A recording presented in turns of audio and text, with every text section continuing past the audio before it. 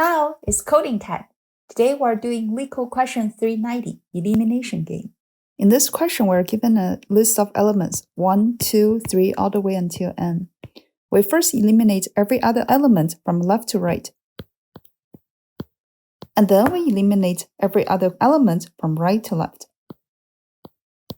And we keep repeating this left to right and then right to left elimination process until there is only one element left in the list.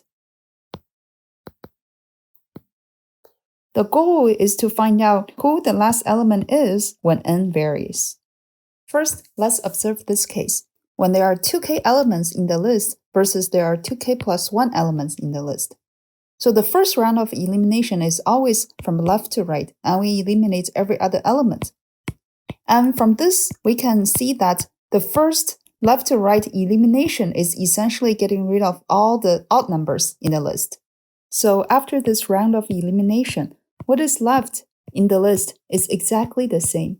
So we can conclude that when we want to eliminate 2k plus 1 numbers is exactly the same as when we eliminate 2k numbers.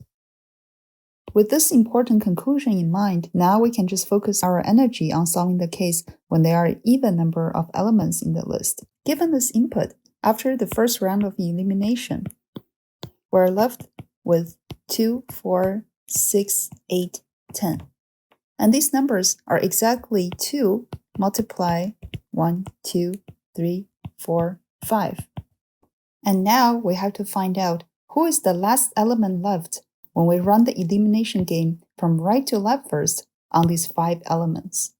With this, we can conclude that running the elimination game on input 2k from left to right is equal to 2 multiply running the elimination game on k from right to left. We can write it as elimination from left to right on 2 input equal to 2k is equal to 2 multiply running elimination from right to left on input k. This is a very important observation because when input is 2k, we're dealing with 2k numbers and it's a bigger problem. But when input is k, we're dealing with a much smaller problem. This observation allows us to reduce a bigger problem into a smaller one. And this reduction is the essence of recursion. Now let's try to see what's the relationship on running elimination game on the same input but with different initial directions. When we run the elimination game from left to right, the first element to the left is the first one to go, and the third element to the left will be the second element to go. And when we run the elimination game from right to left, the first element on the right will be the first to go, and the third element to the right will be the second element to go. So essentially, the ith element to the left have the same experience as the ith element to the right in these two games. So in an elimination game from left to right, if we end up finding out that the ith element to the left is the last one in this elimination game, then in an elimination game from right to left, we should find the same pattern. We should see that the ith element to the right will be the last element left in this game. This conclusion can be formulated like this. When we run an elimination game from left to right on input k, we get the last element in this elimination game and we try to find out what's its relative location to the first element. And at the same time, we run the elimination game from right to left on the exact same input. We find out who the element is and we calculate the relative location of this element to the right. And these two should be equal. And now we just need to combine all these 3 conclusions together and we can arrive to a very elegant one-line recursion solution. First, let's combine these 2 conclusions together.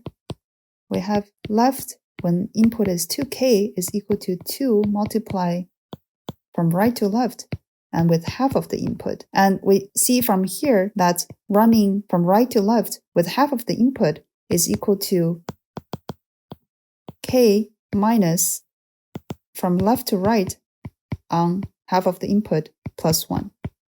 And now let's combine these 2 conclusions.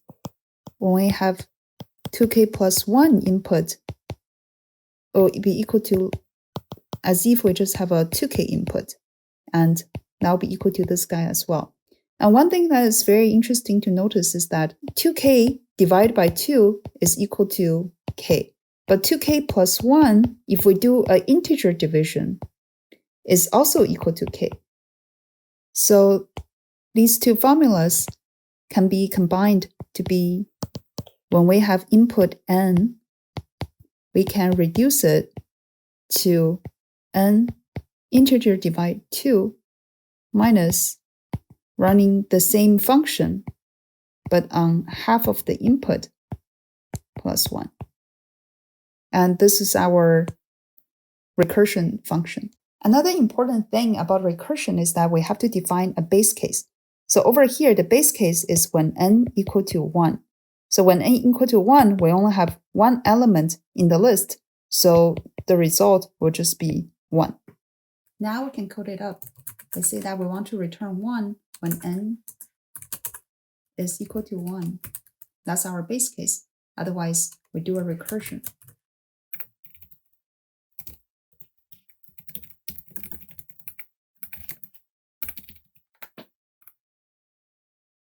And it works. That's it for the question. Thanks for watching. Bye.